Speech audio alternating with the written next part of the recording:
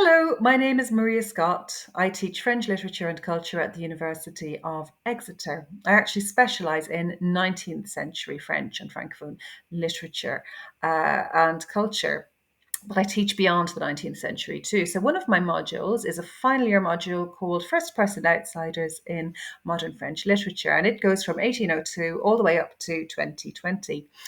So we look at five different narrative fictions, from novellas to novels, all of which have a first person narrator, someone who says je.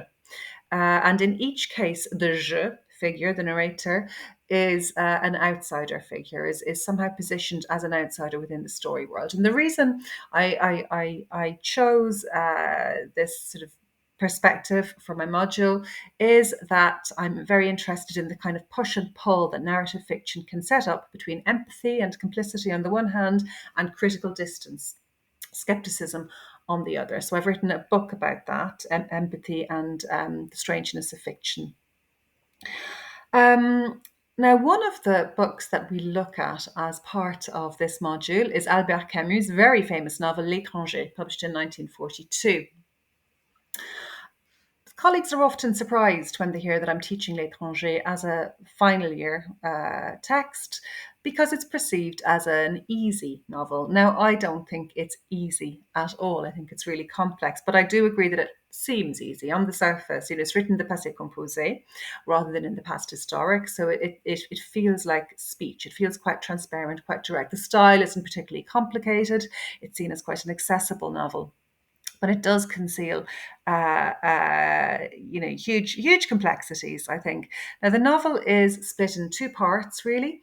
And the first part begins with the narrator, the first person narrator, Meursault, receiving news of his mother's death. And it follows him as he goes to his mother's funeral and then spends the next week or so interacting with other characters, friends, neighbors, and he eventually goes to a beach cabin, his neighbor's beach cabin, and then goes for a walk on the beach, whereupon he encounters a local man lying down in the heat of the sun.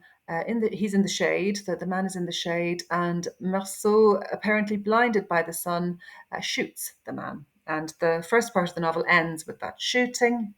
The second part of the novel, which stretches over a much longer period of about a year, uh, basically sees Meursault in prison. He's been put on trial for murdering this man, but in fact, Meursault seems to be accused as much, or possibly more, for um, not grieving his mother properly than he is accused or condemned for shooting a man dead on the beach. So the novel ends with Meursault being condemned to death. So that seems pretty straightforward, really. But let's have a think about the title. I think the title itself contains complexities. How do we understand it? What is an étranger? Who is the étranger? Okay, so one possible translation of the title is The Foreigner. Now, I don't think the book has ever been published under the title The Foreigner. But it is a plausible translation because the main character, like the author himself, is a pied noir, a person of European origin living in Algeria during the period of French rule. So Algeria was a colony and then a department or an extension of the territory of France, or at least that's the way it was understood by France, from 1830 until 1962. Now, Meursault is a Blackfoot. He is a man of French descent living in Algeria, in Algiers, in fact, but he does not seem to perceive himself as an outsider, as a foreigner, or an outsider, in fact. But he does perceive other characters within the text as foreigners, or he seems to, because um, there's a whole group of people whom he simply describes as les Arabes. The man on the beach is l'Arabe. So he never gives them, the narrator, and the author as well, neither the narrator nor the author give these characters any kind of psychological depth. They never even name the Arab characters in the text. So they're very much treated as foreigners, even though, of course, they are um, Algerians living in Algeria, absolutely nothing foreign about them. So that's one possible translation, and two possible interpretations of the foreigner within the text, the person of the foreigner within the text.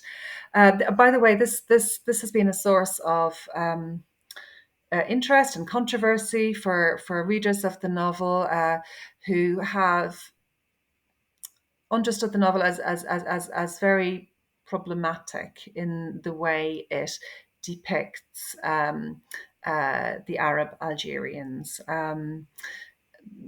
Camus seems to almost efface them, almost treat them as if they're not as fully human as the French descent characters in the text. So this is a problem, and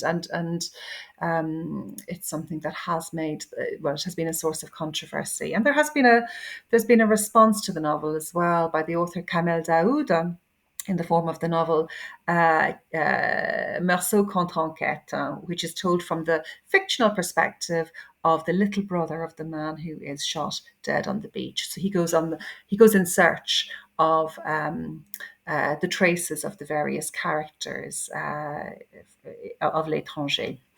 It's a very interesting text, also recounted in the first person. So he very much sees, he is an Arab Algerian himself, and he very much is on the side of the Arab Algerians in the text L'Étranger. So we see the story of Camus' novel from a very different perspective in Daoud's version. Anyway, let's move on to a title that very much does exist in the world. The Outsider was the title given to the first British translation of the text in 1946. So the outsider is defined in the Oxford English Dictionary as a person isolated from conventional society, either by choice or by some social or intellectual constraint, a misfit. So here we can see a very different understanding of the word l'étranger. The outsider is either excluded by society, has nothing to do with foreignness, it has to do with some kind of social or intellectual constraint, or it may be that the outsider chooses to exclude himself or herself from conventional society, chooses not to obey the rules. Now, this is very much the understanding that Camus seems to have had of his main character, Meursault. So, in a preface to the novel that Camus wrote in 1955, it was published in 1958 to the American translation of L'Étranger, he wrote Le héros du livre est condamné parce qu'il ne joue pas le jeu. En ce sens, il est étranger à la société où il vit. Mon personnage est le seul Christ que nous méritons. So this is quite interesting. This is only a snippet from his preface. But he describes Meursault as the hero of the book. And he says he's condemned because he doesn't play the game. He doesn't play by the rules. He doesn't obey the rules. He doesn't follow the codes. So there's something heroic about this refusal to conform in Camus' eyes. And he even compares him to Christ, albeit in a slightly ambivalent way. He's the only Christ that we deserve, but nevertheless, he compares him to a Christ-like figure. So Camus saw Meursault as at least partly heroic, as he idealized him to some extent. Now, Camus had quite an interesting understanding of heroism. So a few months after L'Étranger was published in 1942, he brought out an essay, a book really, book-length essay called The Myth of Sisyphus, Le Mythe de Sisyphe, which it's a philosophical essay, and it lays out his ideas about what he called the absurd. And he hangs these ideas on the figure of Sisyphus, who, according to Greek mythology, was an evil king who was punished by the Greek gods for his cruelty, his nastiness. And the punishment that they gave him was that they obliged him to every day roll a boulder up to the top of a giant hill. And at the end of the day, the boulder would roll down again. And Sisyphus had to get up the next morning and roll the boulder up again. And he had to repeatedly do this forever and ever. So for Camus, Sisyphus is a figure of resilience, perseverance. He's somebody who knows the absurdity and pointlessness of his fate and just gets on with it anyway. He just continues to roll his boulder up. So Merceau is a figure a little bit like Sisyphus in that he confronts the meaninglessness of life. He doesn't tell pretty stories about it. He doesn't delude himself about the harsh realities of society. So that's quite a lot to hang on the fact that Merceau doesn't grieve his mother in the conventional way, but there you have it. So that's one possible reading of the title. So Merceau is a heroic outsider figure who doesn't conform to the codes. Now, the American translation of the book in 1946, it was actually the same translator, Stuart Gilbert, but because of a miscommunication, because of a misunderstanding between the American publisher and the British publisher, this version was published under the title The Stranger, which is the third possible translation of the title L'Étranger. Now, the stranger is defined very differently by the OED from the outsider. A stranger is, quote, an unknown person, a person whom one has not seen before. Also, a person with whom one is not yet well acquainted, a person who is not or is no longer a friend. Now, what I like about this definition is that there's something there's something unknown about the stranger. There's something that we do not yet know about them. And as I said at the beginning, I quite like this idea of that the reader has to tread a fine line between complicity and critical distance. And I think that the stranger obliges us to do this. The stranger obliges us to just to keep a little bit of distance, yes, until the stranger becomes a friend. Um, so, um, so yeah, that's the third possible translation, and I think that's my favourite one.